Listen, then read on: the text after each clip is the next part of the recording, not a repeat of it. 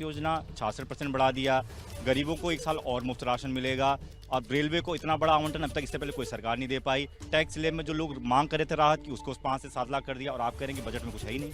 देखिए, मैं तो सीधी बात कर रहा हूं, न किसान, न जवान, न नौजवान, इस बजट में किसी के लिए नहीं है कोई प्रावधान। अमृत काल में अमृत के लिए तरस रहा है आम इंसान, और पूंजीपतियों की लूट हुई है आसान। यह है बजट पूरा। और कैसे है मैं बताता हूं आपको।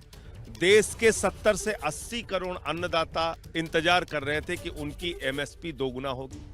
कहीं बजट में उसकी कोई घोषणा हुई? देश के अन्नदाता इंतजार कर रहे थे कि उनको कृषि क्षेत्र में राहत मिलेगी, खाद पे सब्सिडी मिलेगी, तमाम और घोषणाएं उनके पक्ष में होंगी।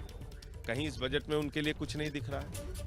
इस देश का जवान उम्मीद कर रहा था कि रक्षा क्षेत्र में कोई क्रांतिकारी बदलाव ये सरकार लेके आएगी, रक्षा का बजट कुछ उसमें परिवर्तन करेगी, इस देश के जवानों के लिए कुछ करेगी। इस बजट में कुछ नहीं दिख रहा है।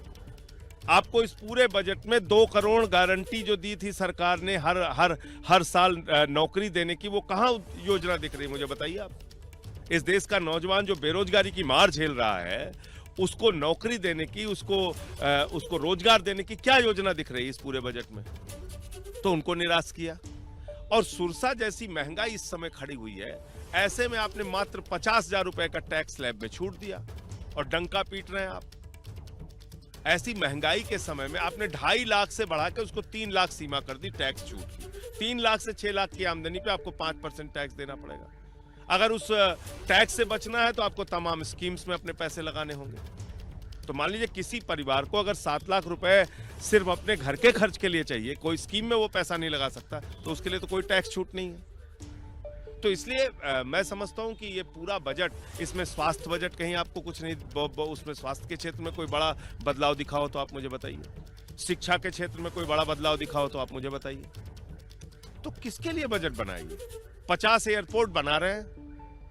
एयरपोर्ट बनेगा, एयरपोर्ट बनने के बाद किसको दिया जाएगा आपको पता है, हमको पता है, इस देश के लोगों को पता है। तो ये बजट कहीं ना कहीं अगर आप इसको घुमा फिरा के देखेंगे, अडानी बचाओ योजना का भी बजट है ये, वही योजना चल रही।